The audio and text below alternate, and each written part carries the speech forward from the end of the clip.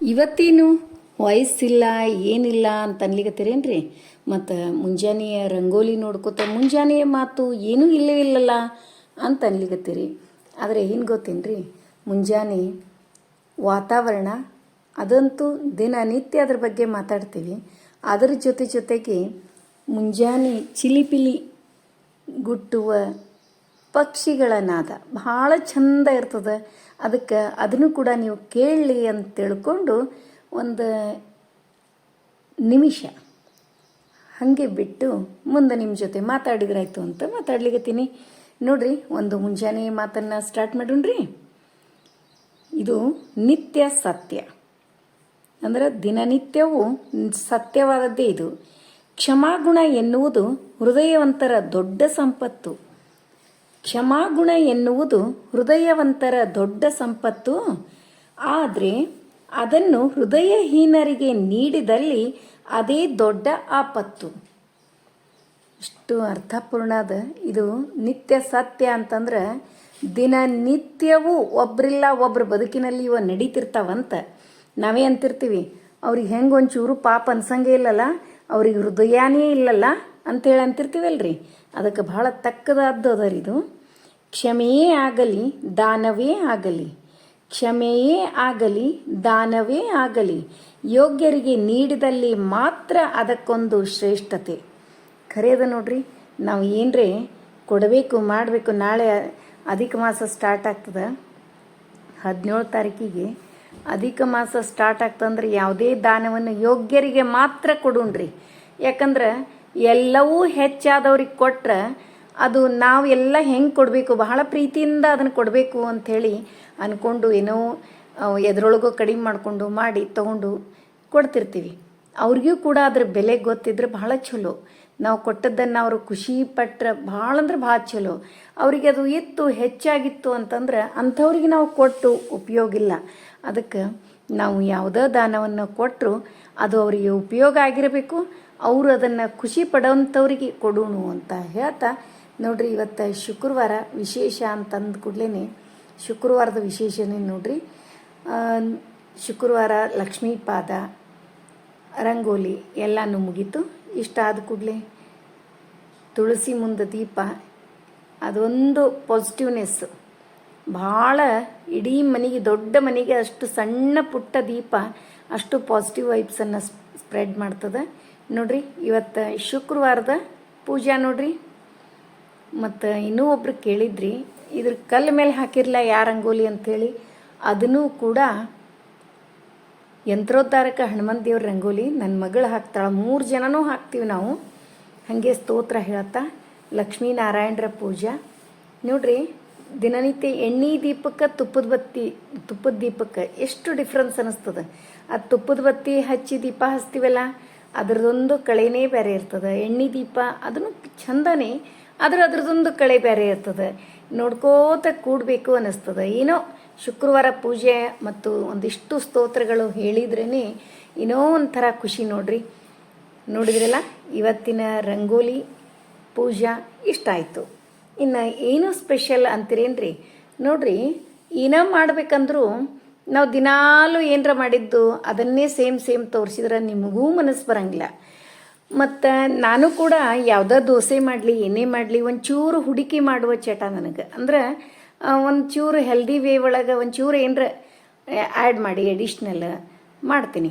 ಈಗ ಇವತ್ತು ದೋಸೆ ಸ್ವಲ್ಪ ಡಿಫ್ರೆಂಟಾಗಿ ಮಾಡೀನಿ, ಸೂಪರಾಗಿ ಆಗ್ಯಾವ ನೋಡ್ರಿ. 2 ಗ್ಲಾಸು ಜೋಳ, 1 ಗ್ಲಾಸು ನವಣಕ್ಕಿ, ಅರ್ಧ ಗ್ಲಾಸು ಹೆಸರುಬೇಳೆ ಮತ್ತು ಅರ್ಧ ಗ್ಲಾಸು ಉದ್ದಿನಬೇಳೆ, 1 ಮುಷ್ಟಿಯಷ್ಟು ಮೆಂತೆ, 1 ಗ್ಲಾಸ್ನಷ್ಟು ಅಕ್ಕಿ. ಯಾವ ಅಕ್ಕಿ ಅಂದ್ರೆ ರೇಷನ್ ಅಕ್ಕಿ. ಇಷ್ಟು ನೋಡ್ರಿ. ಇವನ್ನ ಮಧ್ಯಾಹ್ನ ಹೊತ್ತಿನಾಗ ನೆನೆ ಹಾಕಿ 4 to 5 hours ಸಾಯಂಕಾಲ ಅಂದ್ರೆ ರಾತ್ರಿ ಮಿಕ್ಸಿ ಮಾಡಿ ಮಲಗು ಹೊತ್ತಿನಾಗ ಮಿಕ್ಸಿ ಮಾಡಿ ಇಟ್ಬಿಡ್ದು. ಆಲ್ಮೋಸ್ಟ್ ಎಲ್ಲರೂ ಇದನ್ನೇ ಮಾಡ್ತೀರಿ. ಬೆಳಗ್ಗೆ ಎದ್ದ ತಕ್ಷಣ ಮಸ್ತಾಗಿರ್ತದೆ. ಈಗಂತೂ ಬೇಸಿಗೆಯಾಗಿ ಹಿಟ್ಟು ಚಲೋನೇ ಬರ್ತದೆ. ಇಷ್ಟು ಆಯ್ತು ರೀ. ಮತ್ತು ಸ್ವಲ್ಪ ಚುನ್ಮುರಿ ಆ್ಯಡ್ ಮಾಡ್ತೀನಿ. ಅವಲಕ್ಕಿ ಹಾಕಂಗಿಲ್ಲ, ಚುನ್ಮುರಿ ಆ್ಯಡ್ ಮಾಡಿರ್ತೀನಿ. ಭಾಳ ಟೇಸ್ಟ್ ಆಗ್ತಾವೆ ದೋಸೆ. ನೀವು ಕೂಡ ಒಂದ್ಸರಿ ಟ್ರೈ ಮಾಡಿ ಹೆಂಗಾಗಿದ್ದು ಅಂಥೇಳಿ ಕಮೆಂಟ್ ಮಾಡಿ ತಿಳಿಸೋದು ಮರಿಬೇಡ್ರಿ. ನೋಡ್ರಿ, ದೋಸೆ ಹಿಟ್ಟಂತೂ ಸೂಪರಾಗಿ ಆಗ್ಯದ. ನೋಡಿದ್ರಲ್ಲ, ನೋಡ್ರಿ, ರಾತ್ರಿ ಮಿಕ್ಸಿಗೆ ಹಾಕಿ ಇಟ್ಟಿದ್ದೆ, ಬೆಳಗ್ಗೆನೆ ಇಷ್ಟು ಚಂದ ಹಿಟ್ಟಾಗ್ಯದ. ಇನ್ನು ಯಾಕೆ ಲೇಟ್ ರೀ, ದೋಸೆ ಮಾಡೋದಕ್ಕಿಂತ ಮುಂಚೆ ಒಂದಿಷ್ಟು ಪಲ್ಯ ತಯಾರಿ ಮಾಡ್ಕೊಂಬಿಡೋಣ. ಈಗೇನದ ಬಟಾಟೆ ಕುದಲಿಕ್ಕಿಟ್ಟೆ, ಮತ್ತು ಹಾಗೇನೆ ಒಂದಿಷ್ಟು ಪುದೀನ, ಒಂದು 2 ಸೂಡು ಪುದೀನ, 1 ಸೂಡು ಕೋತಂಬರಿ, ಒಂದು 7-8 ಹಸಿಮೆಣಸಿನ್ಕಾಯಿ, ಉಪ್ಪು, ಜೀರಿಗೆ ಅಷ್ಟು ಚೆಂದಾಗಿ ಪೇಸ್ಟ್ ಮಾಡಿ ತಕ್ಕೊಂಬಿಡ್ತೀನಿ. ಸ್ವಲ್ಪ ಅಲ್ಲ ಅಂದರೆ ಏನು, ಹಸಿ ಶುಂಠಿಗೆ ಅಲ್ಲ ಅಂತ ಕರಿತೀವಿ ನಮ್ಮ ಸೈಡ್. ಅದನ್ನು ಪೇಸ್ಟ್ ಮಾಡಿ ರೆಡಿ ಇಟ್ಕೊಂಡೆ. ಹಾಗೆ ಬಟಾಟಿನೂ ಕುದ್ಬಿಟ್ಟು ರೀ, ಬಟಾಟೆ ಮೇಲಿನ ಸಿಪ್ಪಿ ಎಲ್ಲ ತೆಗೆದು ಇನ್ನು ಒಗ್ಗರಣೆ ಹಾಕಿಬಿಡೋದು. ಮಸ್ತ್ ಟೇಸ್ಟಿಯಾದ ಪಲ್ಯ ರೆಡಿ ಆಯ್ತಂದ್ರೆ ಮುಗ್ದ ಹೋಯ್ತು. ದೋಸೆಗೆ ಹಂಚಿ ಇಟ್ಟೇ ಬಿಡೋದು. ಅದರ ಜೊತೆಗೆ ಒಂದು ಕಾಯಿನೂ ಒಡ್ದಾರ ನಮ್ಮ ಮನೆಯವರು. ಒಂಚೂರು ನೀವ ತುರಿದು ಕೊಡ್ರಿ ಕಾಯಿ ಅಂತ ಹೇಳಿದ್ದೆ, ಅವರೇ ತುರಿದು ಕೊಟ್ಟಾರ, ಇಟ್ಟಾರನು ರೆಡಿ ಅದ ರೀ. ಇನ್ನು ಚಟ್ನಿನೂ ಮಾಡ್ತೀನಿ. ಅದಕ್ಕಿಂತ ಮೊದಲ ಪಲ್ಯ ಒಗ್ಗರಣೆ ಹಾಕ್ತೀನಿ. 2 ಸ್ಪೂನ್ ಎಣ್ಣೆ, ಜೀರಿಗೆ, ಸಾಸಿವೆ ಮತ್ತು ಒಂದಿಷ್ಟು ಉದ್ದಿನಬೇಳೆ, ಹಸಿಮೆಣಸಿನ್ಕಾಯಿ, ಕರಿಬೇವು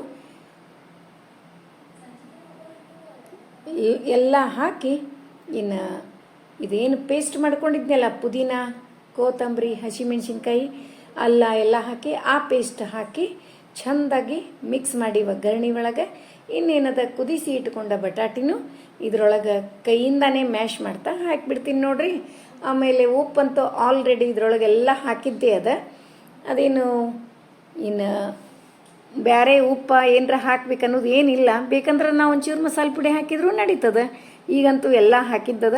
ಇದ್ರೊಳಗೇನದ ಅಷ್ಟು ಬಟಾಟಿ ಹಾಕಿ ಚೆಂದಾಗಿ ಮಿಕ್ಸ್ ಮಾಡಿ ಬಿಸಿ ಮಾಡಿ ಒಂದು 5 ನಿಮಿಷ ಬಿಸಿ ಮಾಡಿ ಬಿಟ್ಬಿಟ್ರೆ ಏನು ಹೇಳಿರಿ, ಮಸ್ತ್ ದೋಸೆಗೆ ಹೇಳಿ ಮಾಡಿಸಿದಂಥ ಪಲ್ಯ. ಈ ಪಲ್ಯ ನೋಡ್ರಿ, ಚಪಾತಿಗೂ ಬರ್ತದ, ಭಕ್ರಿಗೂ ಬರ್ತದ, ಅನ್ನಕ್ಕೂ ಬರ್ತದ, ಪೂರಿಗೂ ಬರ್ತದ ಮತ್ತು ದೋಸೆಗೂ ಬರ್ತದ. ಪುರಿ, ಚಪಾತಿ, ದೋಸೆಕ್ಕಂತೂ ಹೇಳಿ ಮಾಡಿಸಿದ ಪಲ್ಯ ಅಷ್ಟು ಟೇಸ್ಟ್ ಆಗ್ತದೆ. ನೀವು ಕೂಡ ಇದನ್ನು ಟ್ರೈ ಮಾಡಿ ನೋಡ್ರಿ. ಯಾಕಂದ್ರೆ ಇದು ಬಟಾಟಿ ಜೊತೆ ಇದರೊಳಗೆ ಪುದೀನ ಮತ್ತು ಕೋತಂಬರಿ ಜಾಸ್ತಿ ಪ್ರಮಾಣದೊಳಗಿರೋದ್ರಿಂದ ಸ್ವಲ್ಪ ಡಿಫ್ರೆಂಟ್ ಟೇಸ್ಟ್ ಬಂದದ್ದು ನೋಡ್ರಿ. ಸ್ವಲ್ಪ ನಾನು 1 ಸ್ಪೂನ್ನಷ್ಟು ಅಷ್ಟೇ ಮಸಾಲೆ ಪುಡಿ, ಚೂರು ಬೆಲ್ಲ ಹಾಕಿನ್ರೆ, ಚೂರು ಬೆಲ್ಲ, ಅಗ್ದಿ ಸಣ್ಣ ಸ್ಪೂನ್ಲಿ ಬೆಲ್ಲದ ಪೌಡ್ರ್ ಇತ್ತು, ಅದನ್ನು ಹಾಕಿನಿ ನೋಡ್ರಿ. ಈಗ ಪಲ್ಯ ರೆಡಿ ಆಯಿತು. ಇನ್ನು ಯಾಕೆ ಲೇಟು, ದೋಸೆಗೆ ಹಂಚಿಡ್ತೀನಿ. ಮತ್ತು ಇನ್ನೂ ಒಂದು ಒಗ್ಗರಣೆ ಮಾಡ್ಕೋಬೇಕ್ರಿ. ಅದಕ್ಕಿಂತ ಮುಂಚೆ ಈಗ ಒಂದು ಫುಲ್ ಸೂಡು ಕೋತಂಬರಿ, ಒಂದು 4-5 ಹಸಿಮೆಣಸಿನ್ಕಾಯಿ, ಹಸಿ ಕೊಬ್ಬರಿ, ಪುಟಾಣಿ, ಸ್ವಲ್ಪ ಬೆಲ್ಲ, ಉಪ್ಪು, ಅಲ್ಲ ಹಾಕಿ ಮಿಕ್ಸಿ ಮಾಡಿಬಿಟ್ರೆ ದೋಸೆಗೆ ಚಟ್ನಿ ರೆಡಿ ಆಗ್ತದೆ. ಈಗ ಒಗ್ಗರಣೆ ಮಾಡ್ಲಿಕ್ಕತ್ತದ. 2 ಸ್ಪೂನ್ ಎಣ್ಣೆ, ಜೀರಿಗೆ, ಸಾಸಿವೆ, ಕರಿಬೇವು, ಒಣ ಮೆಣಸಿನ್ಕಾಯಿ, ಹಿಂಗು ಇಷ್ಟು ಹಾಕಿಬಿಟ್ರೆ ಮುಗೀತು ನೋಡ್ರಿ. ಒಗ್ಗರಣೆ ರೆಡಿ ಆಯಿತು. ಬ್ಯಾಡಗಿ ಮೆಣಸಿನ್ಕಾಯಿ ರೀ, ಅದರೊಳಗೆ ಚಟ್ನಿ ಹಾಕಿಬಿಟ್ಟೆ ಮಿಕ್ಸಿ ಮಾಡಿದ್ದು. ಈಗ ಚಟ್ನಿನೂ ರೆಡಿ ಆಯಿತು, ಪಲ್ಯನೂ ರೆಡಿ ಆಯಿತು. ಇನ್ಯಾಕೆ ಲಿಟ್ರಿ, ಇನ್ನು ದೋಸೆ ಮಾಡಿ ಬಿಡೋಣಂತ. ಒಂದು ಸ್ವಲ್ಪ ಹಿಟ್ಟೇನದ ಸಣ್ಣ ಪಾತ್ರೆಗೆ ತಕ್ಕೊಂಡು ದೋಸೆ ಮಾಡ್ತೀನಿ. ಈಗ ಒಂದ್ರೊಳಗೆ ಎಣ್ಣೆ, ಒಂದ್ರೊಳಗೆ ಉಪ್ಪಿನ ನೀರು, ಇನ್ನೊಂದ್ರೊಳಗೆ ಬೆಣ್ಣೆನೂ ಅದರೇ. ಇವತ್ತು ಬೆಣ್ಣೆ 3 ಇಟ್ಕೊಂಡೀನಿ. ಬೆಣ್ಣೆ ದೋಸೆನೂ ಮಾಡ್ತೀನಿ. ಒಂದೊಂದೇ ದೋಸೆ ಮಾಡಿ ತೋರಿಸ್ತೀನಿ. ಎಲ್ಲನೂ ನೋಡ್ರಿ. ಮೊದಲ ಸಾದಾ ದೋಸೆ, ಮೊದಲೇ ದೋಸೆ ಚಲೋ ಬರ್ತದಿಲ್ಲೋ ಡೌಟು, ಆದರೂ ಕೂಡ ನೋಡೋಣ. ಹಂಚು ಕಾಯ್ದಿತ್ತಂದ್ರೆ ಮೊದಲೇ ದೋಸೆ, 2ನೇ ದೋಸೆ ಏನು ಸಂಬಂಧ ಇಲ್ಲರಿ, ಚಲೋನೇ ಬರ್ತದೆ. ಹಂಚು ಕಾಯಿಲ್ಲ ಅಂದ್ರೆ ಅಷ್ಟೇ. ಹಂಚು ಕಾಯ್ತು ಅಂತಂದ್ರೆ ಮಸ್ತ್ ಬರ್ತಾವೆ ನೋಡ್ರಿ. ದೋಸೆ ಕಲರು ಅಷ್ಟು ಚಂದ ಬಂದಾವ ನೋಡ್ರಿ. ನೋಡಿದ್ರೇನೆ ಆಸೆಯ ದೋಸೆ ಅಂತ ಅನಿಸ್ಬಿಡ್ತದೆ. ಎಷ್ಟೇ ದೋಸೆ ನಮ್ಮ ಮನೆಯೊಳಗೆ ಮಾಡಿದ್ರು ಮತ್ತೆ ಯಾರೇ ದೋಸೆ ಮಾಡ್ಲಿಕ್ಕತ್ತಾರ, ಅದ್ರದ್ದೇನರ ಫ್ಲೇವರ್ ಬಂತು ಅಂತಂದ್ರೆ ಆಸೆ ಆಗೇ ಬಿಡ್ತದೆ. ಅದಕ್ಕೆ ಯಾರೋ ಪುಣ್ಯಾತ್ಮರು ಅದಕ್ಕೆ ಕರೆಕ್ಟ್ ತಕ್ಕದಾದ ಹೆಸರಿಟ್ಟಾರ ನೋಡ್ರಿ, ಆಸೆಯ ದೋಸೆ ಅಂಥೇಳಿ. ಅದಕ್ಕೆ ಇದು ಮ್ಯಾಲೆ ಇದು ಮತ್ತು ಇನ್ನೊಂದ್ರಿ, ಎಣ್ಣೆ ಮ್ಯಾಲೆ ಹಾಕಿದ್ರೆ ಈಗ ಈ ದಪ್ಪಂದು ಬೇಡಿನ ಹಂಚೇನು ತರ್ತೀವಲ್ಲ, ಫಸ್ಟ್ ಟೈಮ್ ಏನು ಎಣ್ಣೆ ಹಚ್ತೀವಿ ಅಷ್ಟೇ ನೋಡ್ರಿ. ಆಮೇಲೆ ಬರೀ ಉಪ್ಪಿನ ನೀರು ಅದ್ರ ಮೇಲೆ ಹಾಕೋದು, ಆಮೇಲೆ ಎಣ್ಣೆ ಮಾತ್ರ ದೋಸೆ ಮೇಲೆ ಹಚ್ಚೋದು. ಈಗ ಬೆಣ್ಣೆನೂ ಹಾಕ್ಲಿಕತ್ತೀನಿ. ಬೆಣ್ಣೆ ಅದ ರೀ ಮನೆ ಒಳಗೆ ತೆಗ್ದದ್ದು ಬೆಣ್ಣೆ ಅದ. ಅದನ್ನು ಬೆಣ್ಣೆನೂ ಆರೋಗ್ಯಕ್ಕೆ ಭಾಳ ಚಲೋ ರೀ. ಮತ್ತು ಹೇಳ್ತೀನಿ ನಿಮ್ಗೆ, ಅದು ಡೈರಿ ಬೆಣ್ಣೆ ಆಗಿರಬಾರ್ದು. ಮನೆ ಒಳಗೆ ಬೆಣ್ಣೆ ತೆಗ್ದದ್ದು ಭಾಳ ಅಂದ್ರೆ ಭಾಳ ಚಲೋ ಆರೋಗ್ಯಕ್ಕೆ. ಅದಕ್ಕೆ ಕೆನೆಗಿಂತ ಬೆಣ್ಣೆ ಆರೋಗ್ಯಕ್ಕೆ ಒಳ್ಳೆಯದು. ಯಾವಾಗಲೂ ಒಂಚೂರು ಬೆಣ್ಣೆ ಮಕ್ಕಳಿಗೂ ಕೊಡ್ರಿ, ನೀವು ಕೂಡ ತಿನ್ನಿರಿ. ನೋಡ್ರಿ, 2ನೇ ದೋಸೆ ಬೆಣ್ಣೆ ದೋಸೆ ಇಳಿತು. ಮೊದಲನೇ ದೋಸೆ ಸಾದಾ ದೋಸೆ, 2ನೇ ದೋಸೆ ಬೆಣ್ಣೆ ದೋಸೆ, 3ನೇ ದೋಸೆ ಅದನ್ನು ಮಸಾಲೆ ದೋಸೆ ಮಾಡ್ತೀನಿ ರೀ. ಈಗ ನೋಡ್ರಿ, ವೆರೈಟಿ ದೋಸೆಗಳು ಇಳಿಲಿಕತ್ತಾವ. ನಿಮಗೆ ಯಾವ್ದು ಬೇಕಂತ ಆರ್ಡ್ರ್ ಮಾಡಿಬಿಡ್ರಿ. ಯಾಕೆ ಲೇಟ್ ಮಾಡ್ತೀರಿ? ನೀವು ಆರ್ಡ್ರ್ ಮಾಡೋದು ಒಂದೇ ಕ್ಷಣ, 1 ನಿಮಿಷದೊಳಗೆ ದೋಸೆ ನಿಮ್ಮ ಮುಂದೆನೇ ಬಂದು ಕೂತ್ಬಿಡ್ತದ. ನಮ್ಮ ಫ್ಯಾಮಿಲಿಯರ್ಸ್ ಎಲ್ಲ ಎಷ್ಟು ಪ್ರೀತಿಯಿಂದ ವಿಡಿಯೋ ನೋಡ್ತೀರಿ, ಭಾಳ ಅಂದ್ರೆ ಭಾಳ ಖುಷಿ ಆಗ್ತದೆ. ಎಲ್ಲರೂ ಆಮೇಲೆ ಭೇಟಿ ಆದಾಗೂ ಕೂಡ ಹಂಗನೇ ಅವರು ಯಾರು ಹೊರಗಿನವ್ರು ಅಂತೇಳಿ ನನಗೆ ಮಾತಾಡ್ಸಂಗಿಲ್ಲ, ಅದು ನಮ್ಮ ಮನೆಯವರೇ ಅಂತ ತಿಳ್ಕೊಂಡು ಮಾತಾಡ್ತಿರಲ್ಲ, ಅದು ನನಗೆ ಭಾಳ ಅಂದ್ರೆ ಭಾಳ ಖುಷಿ ಆಗ್ತದೆ. ನಿಮಗೆಲ್ರಿಗೂ ಈ ವಿಡಿಯೋ ಮೂಲಕ ಥ್ಯಾಂಕ್ಸ್ ಹೇಳಲಿಕ್ಕೆ ಇಷ್ಟಪಡ್ತೀನಿ. ನೋಡ್ರಿ, ದೋಸೆ ಮಸಾಲೆ ದೋಸೆ ಆಯ್ತು, ಪಲ್ಯ ಹಾಕಿ ದೋಸೆ ಮಾಡಿದೆ. ಎಲ್ಲ ಟೈಪ್ ದೋಸೆನ ನೋಡಿದ್ರಿ ನೀವು. ಈಗ 1 ಬೈಟ್ ಟೇಸ್ಟ್ ನೋಡಿ ಹೆಂಗಾಗ್ಯದ ಅಂತೇಳಿ ಕಮೆಂಟ್ ಮಾಡಿ ತಿಳಿಸ್ತಿರಲ್ಲ. ಇವತ್ತಿನ ವಿಡಿಯೋ ಎಲ್ರಿಗೂ ಇಷ್ಟ ಆಯಿತು ಅಂತ ಅನ್ಕೋತೀನಿ. ನಮ್ಮ ವಿಡಿಯೋಗಳು ನಿಮಗೆ ಇಷ್ಟ ಆದರೆ ಲೈಕ್ ಮಾಡಿರಿ, ಶೇರ್ ಮಾಡಿರಿ. ಹೊಸದಾಗಿ ನೋಡ್ಲಿಕ್ಕತ್ತವರು ನಮ್ಮ ವಿಡಿಯೋಸ್ ಇಷ್ಟ ಆದರೆ ಬಿಡ್ಲಿಕ್ಕೆ ಹೋಗ್ಬೇಡ್ರಿ. ಲೈಕ್ ಮಾಡಿ, ಸಬ್ಸ್ಕ್ರೈಬ್ ಮಾಡಿರಿ. ಹಂಗೆ ಫ್ರೆಂಡ್ಸ್ ಆ್ಯಂಡ್ ರಿಲೇಟಿವ್ಸಿಗೆಲ್ಲ ಶೇರ್ ಮಾಡ್ತಿರಲ್ಲ. ಮತ್ತೆ ಮುಂದಿನ ವಿಡಿಯೋದಲ್ಲಿ ಸಿಗೋಣ.